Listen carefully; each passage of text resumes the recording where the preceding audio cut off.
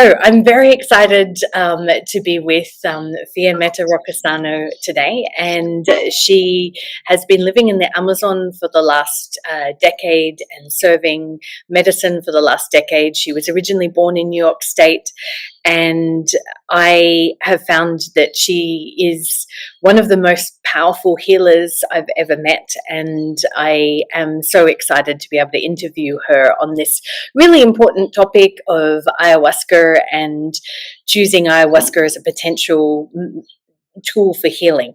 And so I would love to introduce you to Fia and let her tell you a little bit about what brought her to ayahuasca in initially. Like, I'm very curious to find that out. So what brought you to ayahuasca, Fia? Hello. Thank you so much, Sunny, for having me on this interview. It's such a pleasure to see you and connect and share a little bit about my work. Yeah, that's a big question. When people ask me like how I got started, what I tell them really is that the medicine found me. I didn't go out looking for it necessarily. It's not something that I was actively pursuing or seeking. I was many years ago in New York. I was working. I was working at like a co-op, like a natural food store, and a woman that I knew came into the store, and she was accompanied by this individual. And sometimes when you see someone for the first time, there's like a zzz that happens. There was like this electric thing that happened, and for me it was like, what, who is this person? And so I was working on the cash register, and they came through my line, and this individual invited me to a ceremony. He was the facilitator, the one who was sharing the medicine. And like I said, it's not something that I was really pursuing at the time. I had heard of it, and more than anything, I was just curious, And so he gave me his phone number. He said, if you'd like to know more, give me a call. So it's all very quick because I was at work, And so I gave him a call, and he shared more about the experience. And you know how these things go with spirit, no? It's like more than anything, it was the energy that was happening around all of it that really pulled me and was sort of informing me that, whoa, there's something big here. Even if I can't name it, I don't know exactly what it is. Something is here. And so within a couple weeks, I attended my first ceremony. My first ceremony was just the facilitator, and he had a helper with him and myself. And I remember the only thing I said all night long was, I have to do this again.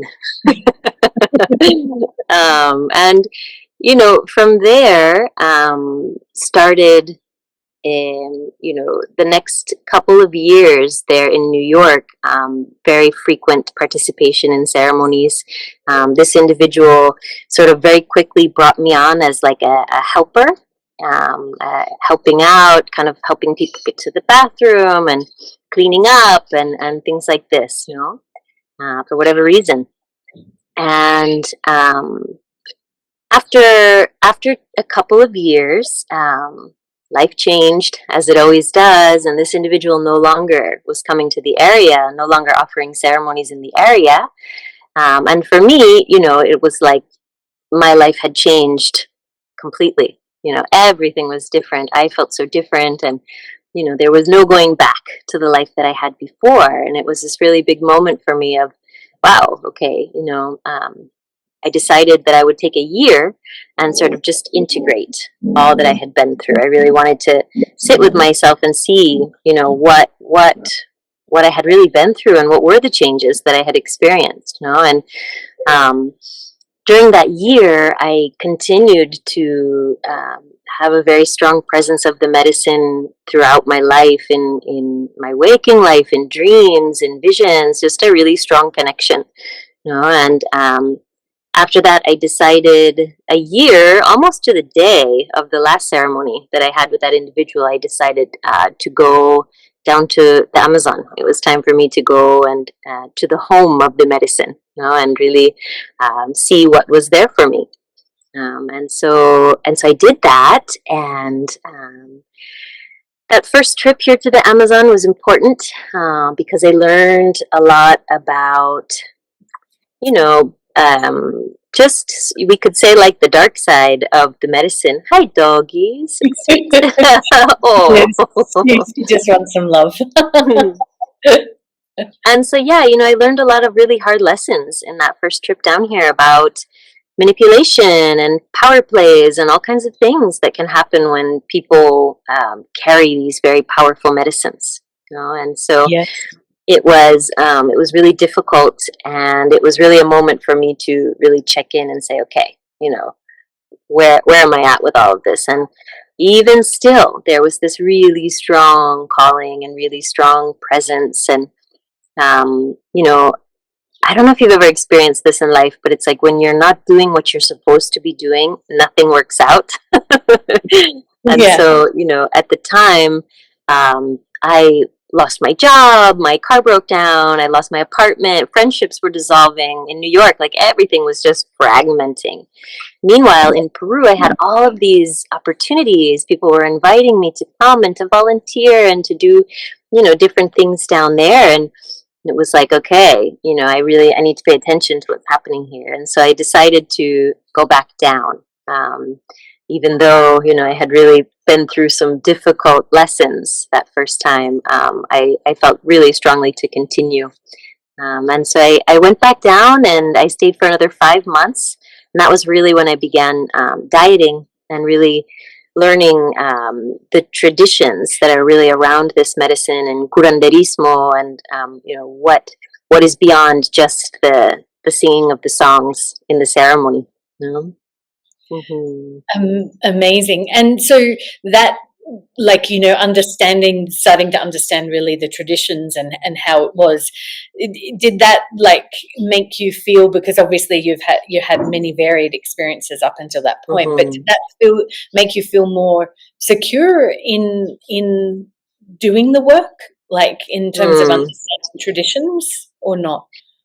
Well, I've never thought about it quite in that way, because there was always such a strong calling, Okay. So it was always just like, something that was really undeniable that I really just had to pay attention to. But once I started to experience the traditional dieta and, learn more in these ways, there was something in me that, like, settled, and really kind of dropped into, like, okay, this is the framework of what I'm really stepping into here. And it was, also like a relief, because I've always had this very strong knowing that it's very important for me to follow tradition as closely as possible around this work, because there's a lot of different ways to share medicine these days. People are doing it in all kinds of different ways. But through what I experienced here in the jungle, in many ways, I realized very quickly that there is a wealth of information and knowledge and energy that is connected to the traditions. And there are things that can open up and move through traditional practices that don't happen when there's not that same container. And so, it was very clear that I needed to keep dieting, and I needed to keep learning and to stay as close to that traditional way as possible. That's beautiful, because in ceremony with you, I've observed, it's a very contained, and it feels very traditional in terms of the way you use the medicine, sit with the medicine, and encompass people within the ceremony. And for me, it feels very secure. And I've also done ayahuasca ceremonies with other people as well, and for me it hasn't felt as secure in terms of and the work. And what I have observed is that doing ayahuasca ceremonies is really powerful work and very, very intense work. And for me, it feels like if you're going to be conducting ayahuasca ceremonies, you really have to be a warrior and really on guard in terms of understanding, because so many different things can happen within a ceremony, which can be a little scary sometimes, depending on how people are actually holding, the space and what people are going through and the individuals. So for me, it's just like, to choose to do this work, this incredibly powerful work is like, I think, some people might say it might be a bit crazy to do this. But I also know it's very sacred work and very incredible work. But what kind of motivates you to continue doing work in such interesting circumstances where it can be super powerful and things could go any which way in a ceremony? Like, I'm curious. Yeah, that's a good question. Well, I think that initially for a lot of people there's a big draw to the work because it seems really beautiful and what a lifestyle and amazing, and to get to participate in that kind of beauty all the time, and I see that a lot in a lot of people, that they have their experiences and they're immediately called to do the work without really understanding the totality of what it actually means to properly carry the medicine, and there's different things that happens. It happens in different ways.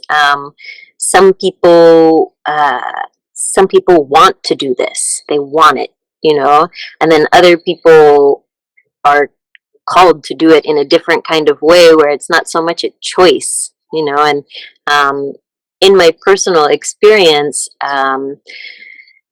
it really wasn't so much of like a choice per se, from the moment that I started really working with the medicine and got kind of pulled in this role of helper, things started to open up for me in a way. Like I said, it's like everything else started to shut down, in life, and it became so clear that, this is what you're here for. This is what you're here to do. You have a gift here, and if you deny it, I think a lot of people live their lives denying their gifts or denying their calling because it's hard, or because maybe it's not what it's not the relaxed lifestyle that they might want, or so forth, and in my own experience, denying a calling is a really it's a really difficult thing, and on a soul level and on a spirit level, it's certainly not moving us in the right direction to deny a calling, and so for myself, it was very much a calling, but also, you do have to choose it, you have to accept the call, when it comes, and one of my favorite teachers, Eckhart Tolle, he says that, the awakening can oftentimes come through immense suffering. And something like that was part of my story. I, as a young woman, experienced just a lot of like emotional unrest and turmoil. I learned a lot of, unhealthy emotional patterns from childhood, and just had a really hard time with the emotional part of myself, and through that just experienced a lot of suffering. And it's like, for me personally, knowing that depth of suffering and then being shown a pathway to heal it, not only for myself, but that I could then offer that to the world, it was, at that point, it was like a no-brainer. The plants and everything really laid it out for me in this way of like, how could you not choose this? And that's where, the hand of creator and like divinity comes into this, because my whole journey, my whole path unfolded in such a way, the experiences that I had when I was coming up in this way moved me in such a way that I would choose it 1,000 lifetimes over, because of just the healing that I experienced on a personal level, and the way things were shown to me and unfolded before me. And, it was like, this is going to be the hardest thing, even harder than you could even ever imagine. But look what it's all worth. I was shown so clearly, like, what it was all worth, and the impact that it can really have. And there was no denying. There was no denying that. So, weighing out all the other options of what kind of life I might be able to have, Spirit really made it so clear for me that this is what you're here to do, and it's the most meaningful thing that you could ever do, even though it will be the hardest thing that you'll ever do. I'm so glad you chose it. I'm so glad you chose it, really, from the bottom of my heart. And I know that many, many, many other people feel the same way. And in terms of that, you kind of alluded to it a little bit, but like, I've certainly heard and known people as well as, like, they might take ayahuasca once and then feel like they can become a shaman, or they choose it. Uh, how would you, like, respond to someone who might get calling straight away? Yeah, yeah.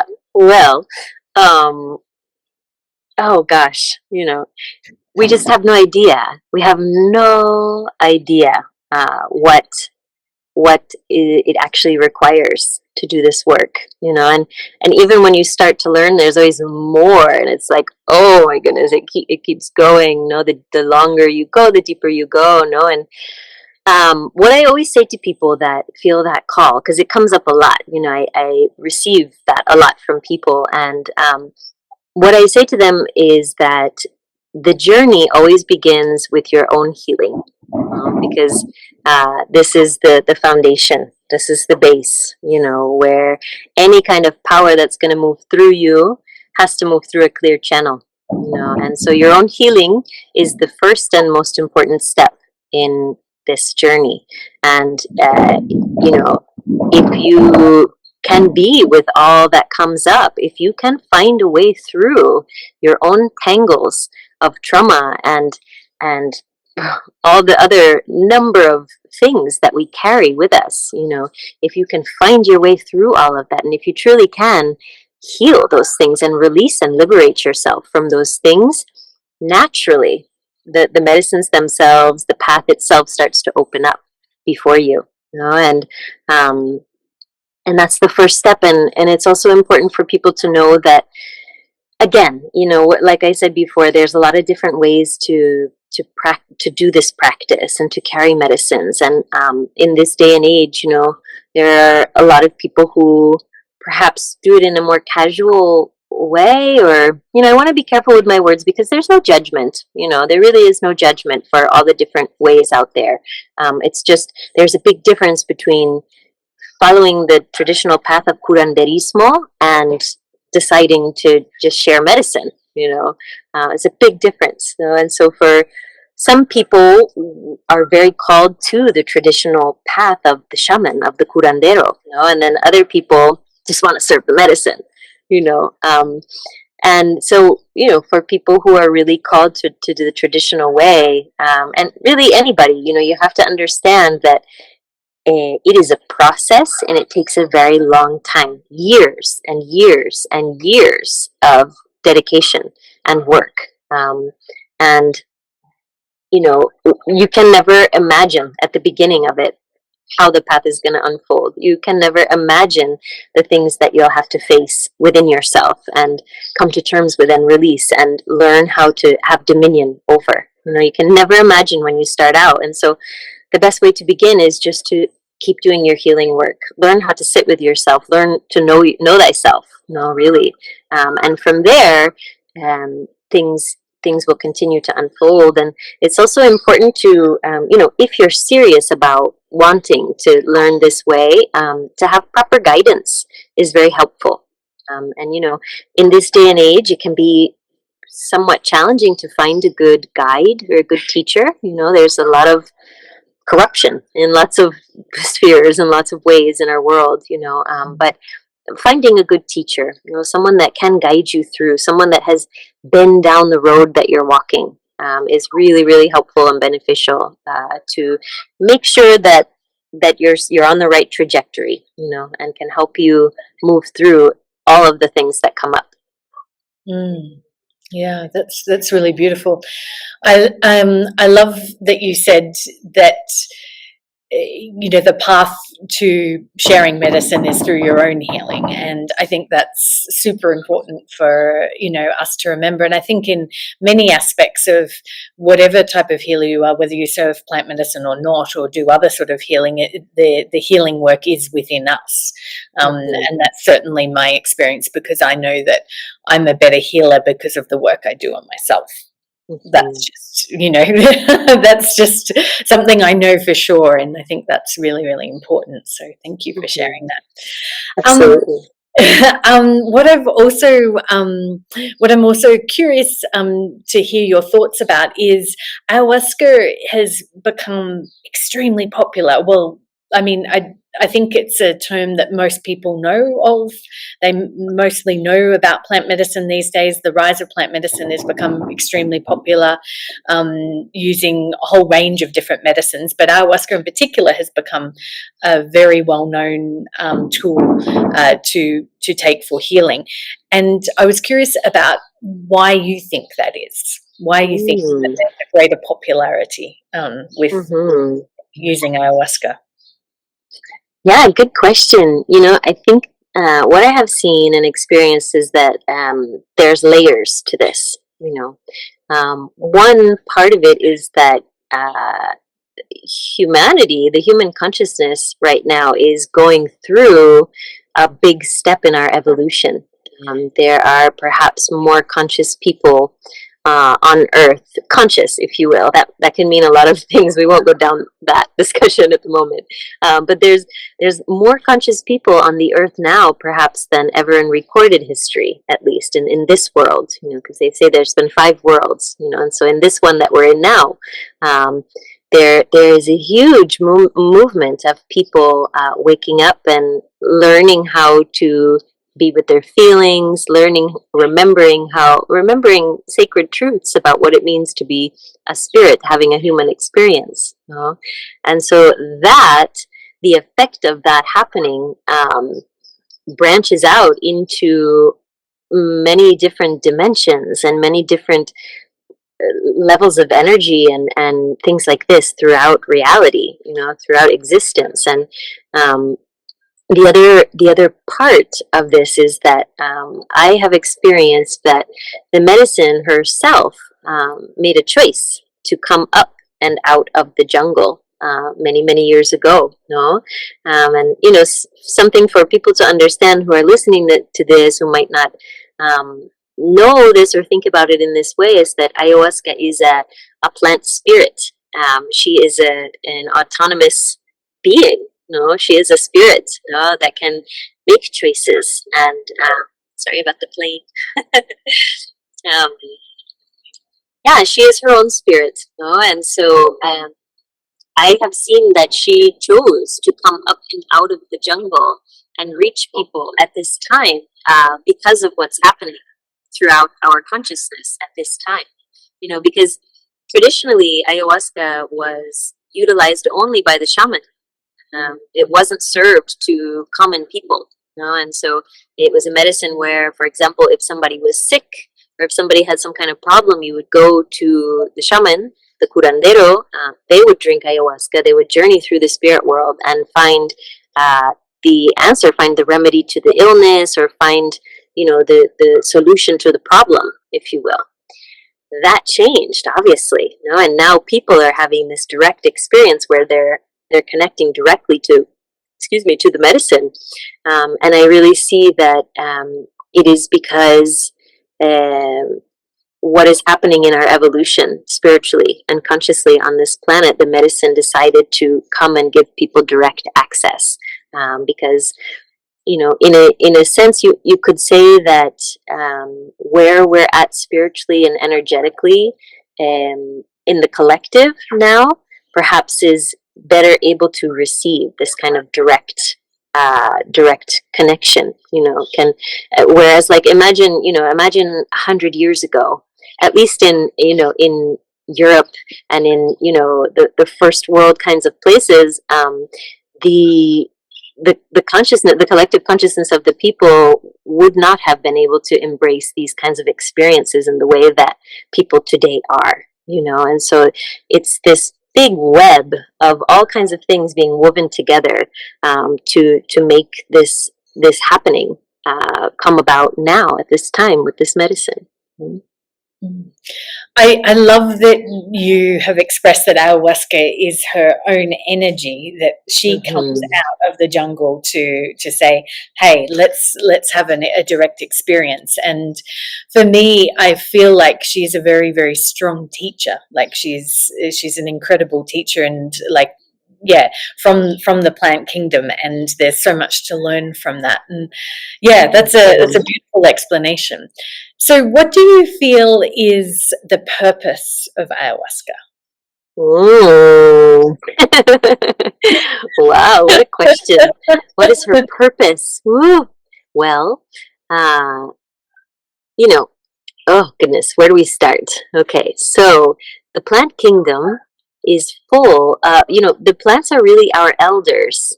They have been in existence here in this three-dimensional reality of Earth longer than human beings. And they have an intelligence and a spirit greater than our own, which for some people is like a big paradigm shift to even consider things in that way. No, but truly, the plant kingdom has its own thing going on around us right now. And this greater Gaia consciousness of the earth. And ayahuasca is one of many master plants. There are many plants in the plant kingdom that have powerful spirits, and it's really the act of bringing them into the human form, ingesting them, and giving us access to their spirit and to their energy and their knowledge that really changes what happens. Because before we ingest them, sure, there's some people on the earth that are very sensitive and can connect to the spirits of plants without needing to ingest them. But for the majority of people, it's through the ingesting that we make this connection, and we're able to tap into their consciousness and they into ours as well. And so that act, changes what happens and what's possible, and the meanings behind things. And so I think it's a big and kind of loaded question, because ayahuasca's purpose, I think beyond humanity, she certainly has her own purpose within the plant kingdom that is perhaps beyond what we might be able to fully conceptualize what's happening there in that realm. But if we talk about what's happening, what's her purpose for us as human beings, that is also something that has changed throughout the ages. As I mentioned before, traditionally, a long, long, long, long time ago here in the Amazon, before there was Western medicine, before there were hospitals and doctors, people went to the shaman, the curandero, and so her function in those societies and in that consciousness, was one thing, and you could also, there's other indigenous communities and traditions of the past where they would drink ayahuasca to be better hunters, because it opens the senses and it drops you in more to the realm of nature. So people would drink ayahuasca to be able to go out and provide more for their community. And so that also was her meeting. This medicine is so immense. Her intelligence and her spirit is so immense, and it's so much is possible through her, that it really depends on what is the intention of the human being who is wishing to connect to it. And so in this day and age, why ayahuasca was not always utilized for personal healing and development like it is today. Not in the same way that we're utilizing it in the here and now, in the modern world, in the Western world. And but what I see is that in a way it's like she's here for all of it, because this is sort of how the plant spirit realm works. It's all there, and then it depends on which direction we give it. and what we decide to utilize, and which part no. I don't know of anybody who drinks ayahuasca in this day and age to be a better hunter. Maybe they're out there. There's probably someone watching that's like me. It's me. But that's just to say, that it really depends on the way in which it's being brought in, its purpose.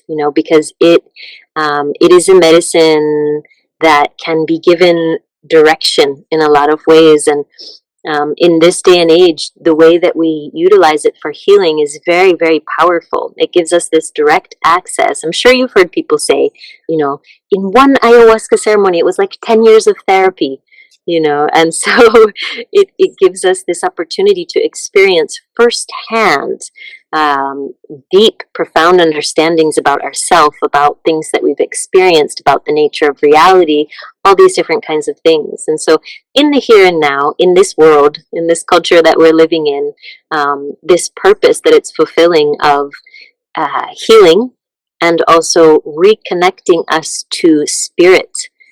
Because I think that modern culture and the Western world is severely deprived of spirit, and it is affecting us greatly. I think a lot of people intuitively know this, that it's causing a great amount of harm in our world, the fact that we are no longer connected to spirit in any form, the spirit of nature, neither, the divine realms that are out there and things like this. And so being able to connect with this medicine, she reawakens the spiritual body within us. And, they say that, the human being, we have these different rooms, we could say, right? Like the physical, the mental, the emotional, the spiritual, the energetic. And really, we need to go into each of those rooms often, if only to open a window and let it air out. But it's to say that we need to let our life force, our energy flow through all parts of our being to be well and to properly exist without stagnation, without blockages, and to be able to reach our potential. And so it's a long-winded answer to say that I think that she's fulfilling that purpose in the here and now for us.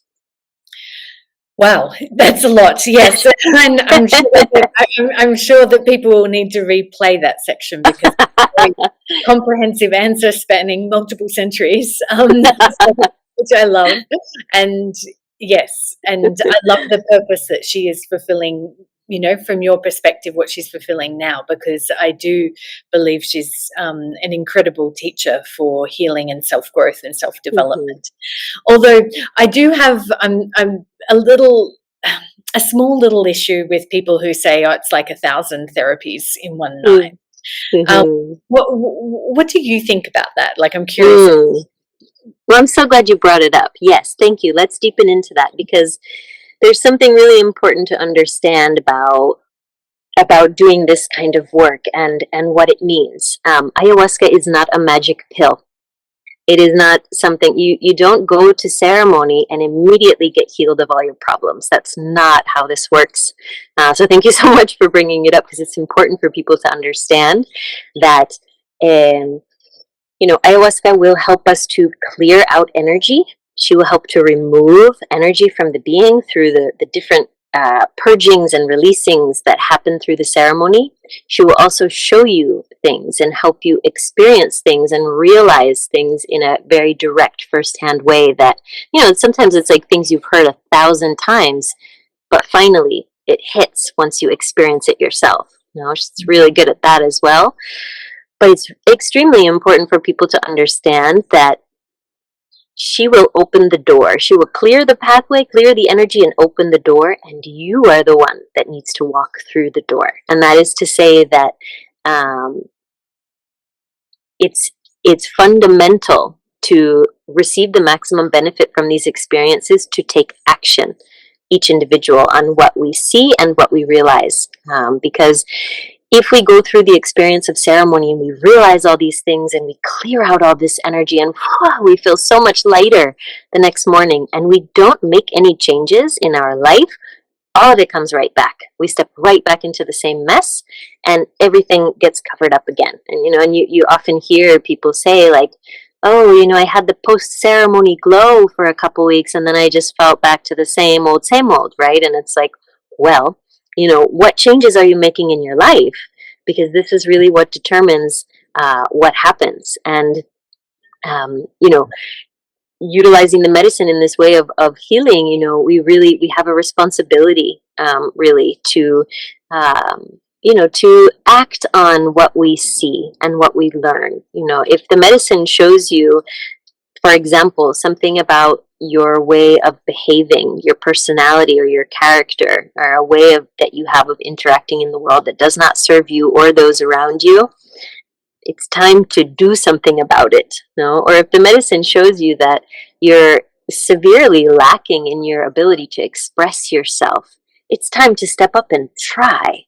No, you have to put in the effort, because if you don't, nothing will change. Nothing will change. You're going to feel amazing coming right out of the ceremony because, these plant doctors just went in and did all this work for you. Boom, and they set you up for success. And if you don't do anything with that, because the truth is, our world, the modern world, adds on layers every day of stress and incongruency and all kinds of things because, the world is disconnected from spirit. So just existing in this reality, we have to learn how to take care of the spirit, of our connection, of our whole self, and to take heed to what we learn through these experiences. Mm. That's really beautiful. Absolutely. And I guess because that leads on to another question that I had, which is I have witnessed a lot of, like, some people, not everyone, but some people go to ceremony after ceremony after ceremony, week after week, and I haven't observed a lot of change in their life.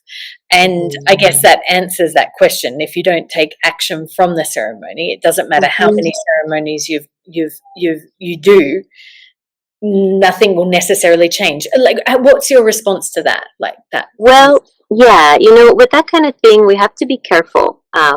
We have to be careful with our observations of others and, how judgment can creep in because everybody has a different path and everybody has a different recipe for healing. Some people can go to one ceremony, get the information, step out, and really start to make the changes. Other people have maybe a longer journey. Other people might need more medicine or might benefit from more experiences. And, sometimes it's so multi-layered, all of these things, because sometimes there's a lot happening on the inside, but you might not be able to see any expression of it on the outside yet, too. And so there's that, and then, of course, yes, there are individuals who haven't quite gotten on that train yet of understanding that, there's really a lot that I could be doing here in the big ceremony, which is life, to really make some changes, and it's something for people to be aware of and mindful of, because there is this draw to the experiences of, like, well, what am I going to see now? What am I going to experience now? And you want to go back and you want to go back and you want to go back. But if you're not integrating it, and if you're not being responsible with the medicine and what you experience, oftentimes the medicine itself will start to close up what she's giving you, until you start to be able to make some changes. Early on in my years of training, I had an experience like that once in the jungle where there were 3 ceremonies in a row where I went to the same place, which is very uncommon. You, as somebody who's had several journeys, that every time is so unique. And so it was bizarre for me. It was like, what am I doing here again? And at the end of the 3rd experience, I got this really clear message, which was, until you start to make some moves out there in life, we're not going to give you any more. You're not going to get any more, and for me, it was really clear, like, oh, thank you, got the message, so yeah, there's a lot around all of that, and yeah, we'll leave it there. That's a perfect answer. Thank you so much. And my next question is should ayahuasca be done alone?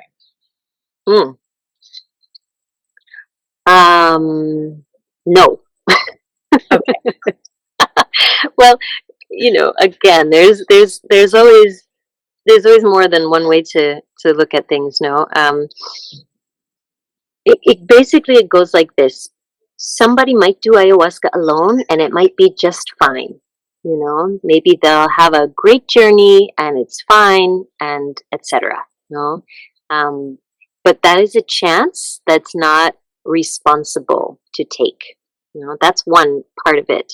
The other part of it is that when you drink ayahuasca, served to you by years and years and years of practiced and trained shaman, when it comes from an individual like this, there is a huge amount of energy and information that's also coming through the shaman, and their capacity to create the container of the space, and you know what energies are called in to guide and to protect, and even you know the spaces energetically that one is able to move through proper guidance, is something very unique. You know, my teacher often says, you know, these plants and medicines on their own, they have a benefit. You know, if you just drink a medicine, it has what does he say, he gave a percentage, something like, you know, 40% or something. Like if you just drink the medicine,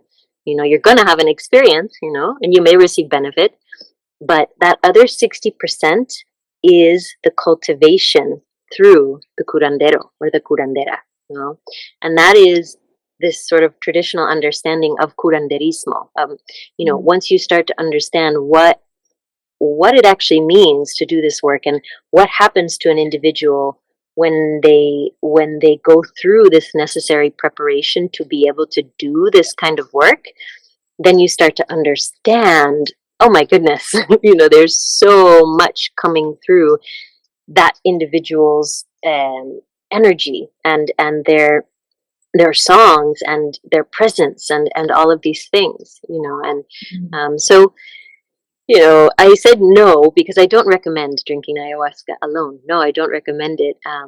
Can it be done? Sure, you know, it can be done. And you know, that's why I say there's probably people out there that say, no, I drank it alone. It was fine. It was beautiful. I put on a CD of I don't know what, and it was a great time. You know, and sure, that's possible.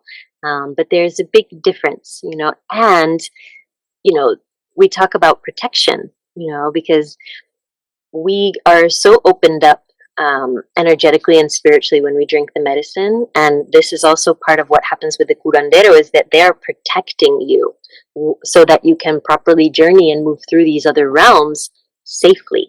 You know, if you do that on your own and you don't know how to do that for yourself, you're putting yourself at risk, energetically and spiritually, of other kinds of things happening, you know? Mm. That's, yeah, really interesting. And would you say the same in terms of, because there's also these ideas of potentially microdosing ayahuasca. Would that be a similar answer to what you've just given in terms of microdosing?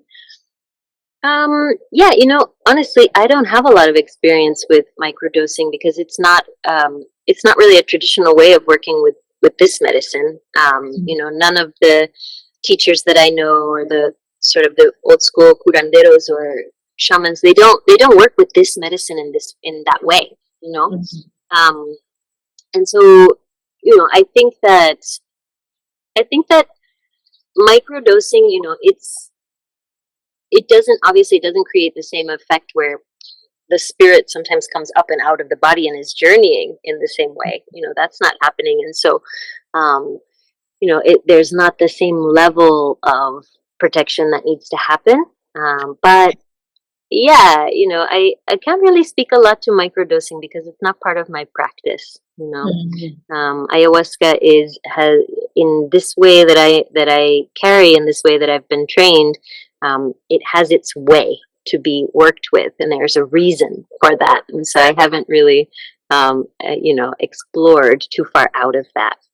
Okay, thank Mm. you. And Mhm. do you think ayahuasca is for everybody? No, unfortunately. Wouldn't it be nice if it was? um, you know, I think that not everybody is. again, there's a lot of ways to answer this. Not everybody is ready for that kind of experience, because sure, it can be very, very intense. It can also be gentle, but it's like not every woman likes to wear high heels, right? And so it's like not every individual can receive benefit in the same way. Some people need a whole different approach, and that's just fine. Um, there's that level of the level of intensity is one thing, but also just the way in which, some people do not want to go and sit up all night and have to throw up, and all of the other discomforts that come along with it. Some people just can't quite get over that part of it to be able to open up and to receive what else is happening, So it is not for everyone, and that's okay. That's great. And what would you say to people considering doing an ayahuasca ceremony or thinking about doing an ayahuasca ceremony? Like, what should they consider before deciding to do that? Mm-hmm. Yeah, great question. There is a necessary preparation to do ayahuasca, and whoever your guide or facilitator is should inform you of that. So it's really important to make sure, there's a number of health conditions that can be dangerous to mix with ayahuasca. And so there should be some kind of intake process to be able to register for the ceremony, where they ask about your health history, if you're taking any medications, and they should also give you some kind of information of how to prepare, whether it's just the diet to follow and things like this. That's really it's really helpful. Another thing that can be really beneficial is being able to speak directly to the guide, which sometimes with folks from the jungle who are sharing medicine in places like, for example, if there's a language barrier or something like this, that can be tricky. But there should be some kind of access to the person who will be guiding you through this experience. If it's absolutely like, nope, you can't, that's off limits, that might be a red flag, because you are putting your soul into this person's hands, and you want to be able to feel safe about that, so preparation, and also for the individual looking to have this experience, again, there's lots of different ways that people are going about this day and age, but I would say, take it seriously. There's a lot of casual medicine happenings around in the world, and just the level of what can happen when we drink this medicine is so deep and so powerful. You might be just like casually walking into this experience and come out changed deeply forever, and so take it seriously, and some people benefit from doing a little research, kind of like understanding like what's possible here. And then there's other people that don't want to know anything. They just want to go into the experience, and both of those are okay. But if there's something in you that's saying like, hey, you should have a little heads up about like what you're about to step into, and take heed and ask questions and inform yourself and be responsible and take it seriously. That's what I would recommend. Thank you. And so I went to Peru maybe about 7 years ago, and I've also, had the experience as well in terms of living in Mexico, is that some people have had really bad experiences on ayahuasca, and that could be because of the facilitator or because of just having a bad experience on the medicine. Why would you say people would have those experiences? Why would you say that is? Mm-hmm. Again, that's a multi-layered question. Yes, it can happen because of a lack of a proper container by the facilitator or whoever is serving the medicine. There are a number of things that can create an unsafe or an unhelpful environment Ayahuasca is a very particular kind of medicine. That's why we have to follow the diet to begin, and all of these things. She really likes things to be a certain way to be able to do her work, and so it's important to have the right kind of atmosphere. And yes, and also, bad experiences just happen sometimes. And, bad, we say bad because sometimes the journey is just difficult. And what people discover once they enter into the medicine can be really hard to experience. And again, it also has to do with the individual. Some people are not ready to see these things. They're not ready to experience things that come up. And so one big part of it is the individual's capacity to be open to what happens and be able to embrace what comes as a part of their healing, and not cast it out as like, you know, uh, ugly or uncomfortable or yucky or scary. Understanding that in the right kind of environment, there is opportunity in everything to either learn, to strengthen yourself, to release something. Um, but yeah, quote unquote bad experiences can just happen sometimes, and there's I would like to think that every facilitator does their best, to make sure that, to the best of their knowledge and awareness, to make sure that that doesn't happen. And also preparation. If somebody is not properly prepared, if they don't follow the diet, for example, pork is really toxic to this, particularly this medicine, to most plant medicines. And so if somebody has a pork chop the day before a ceremony, and then they come and they drink medicine, they're going to have a really, really hard time because their body is toxified in a way that's really, really going to make it difficult, the experience. No, and then of course there's other spiritual and energetic and emotional levels of things that are just really hard to be with, and sometimes it also has to do with just the way that people are wired, the way that they're inclined to think about things or react to things. Some people, even though something in them is calling them to the healing and calling them to have these experiences, they're also just not wanting to look at it and deal with it. And it's like, no.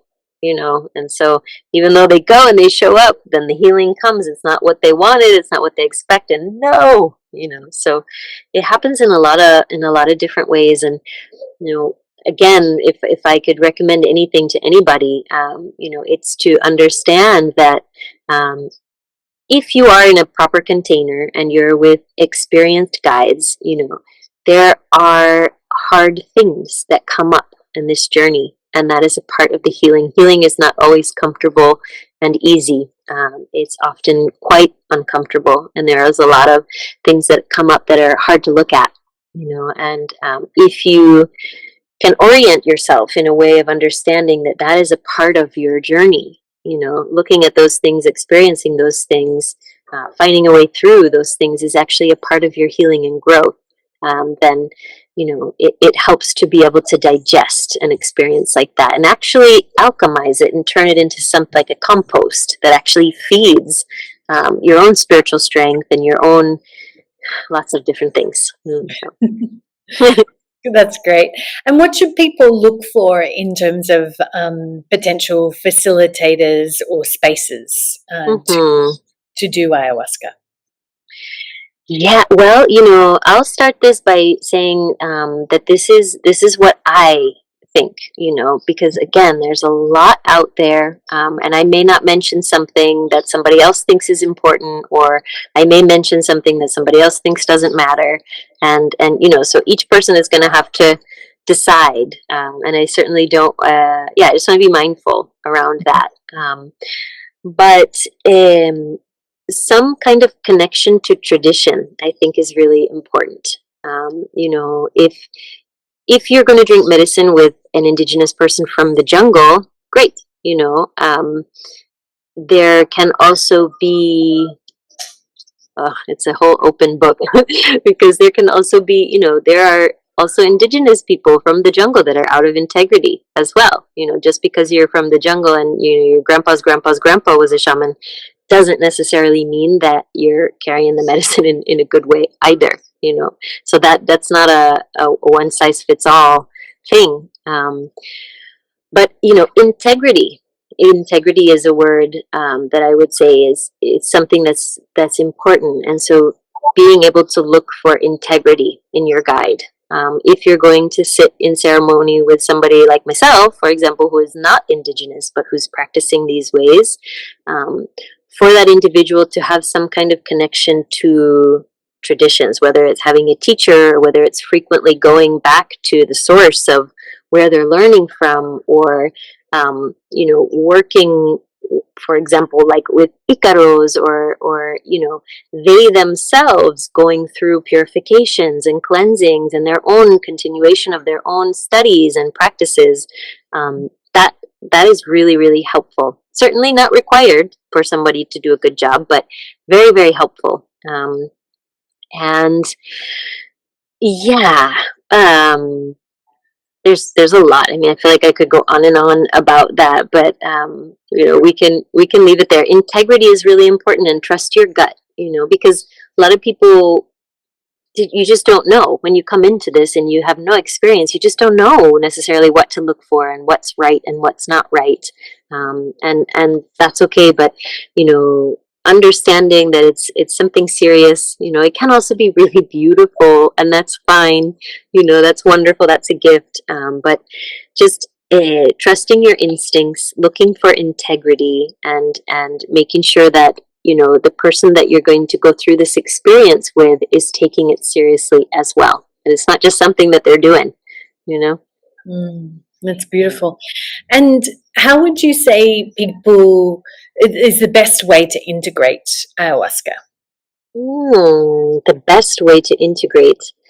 Well, integration also looks different for each person, but just simply making time for it. And that means different things to different people. Setting aside time to actually think about your experiences, where you're not on your cell phone, where there's no screen turned on around you. Out in nature is a really good place to integrate. And it's time where you think about all of what you saw and experienced. You check in with yourself with those things. How am I doing with what I experienced? Where am I at with that? Have I made any progress? Have I touched on any of that stuff? Really just opening up a space where you think about these things and consider these things.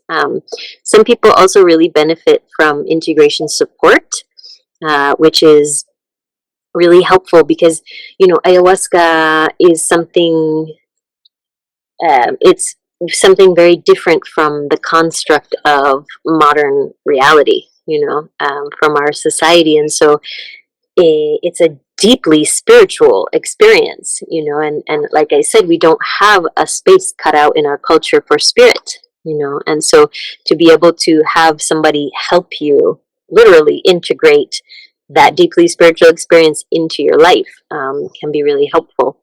But directly coming out of ceremony, you want to be really mindful of your energy, and your all the bodies, the mental space. What kind of information do you immediately start taking in right out of ceremony?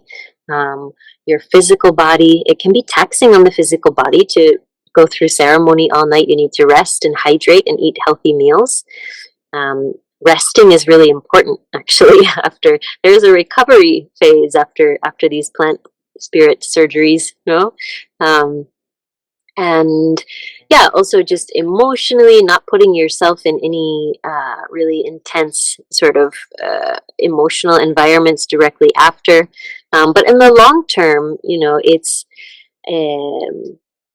some people will naturally find their own way with their integration, but I would just recommend to keep it present in your awareness. This is the best way. And then, like I said, other people will really benefit from somebody helping them lay out before them a path and a framework to sort of follow to help make sure that they're really maximizing the benefit of what they experienced. Mm-hmm. That's beautiful. And what would you say is the greatest gift ayahuasca brings to the world and also individually? I'd like to finish on that question. Oh, what is the greatest gift? Oh my goodness, what a question. Oh, you know, she brings so many gifts to those who are open to receiving them. You know, the healing and the expansion of consciousness might be the greatest gifts because, humanity, human beings have a potential that we have not yet tapped into. We have a capacity for experiencing life in such a way that is beyond what most people even can imagine, energetically and spiritually speaking. For those parts of us to really come online, and this medicine really helps us to do that. And the first step is always healing, because this vessel, if it's not properly cleaned out and fine tuned, it can't connect to all these really powerful energies and divine sources. And so the healing is always the first step, in the cleaning and the clearing out and aligning and restructuring that happens. And then from there, consciousness expands, and we are capable of, having this life in this world be something far beyond what we ever imagined it could be, if we're willing to put in the work to get ourselves there. And so I think that would be one of her greatest gifts for us as people. That's beautiful. Mm. I really, really appreciate all your wisdom and your time today, and I really hope that this helps people to understand a little bit more about ayahuasca and the potential benefits and what to consider, if you're considering doing ayahuasca, and what that might look like and how you might need to prepare for that. And I really appreciate your time so much. Thank you so much, Sunny. It was an honor as well. Thank you so much.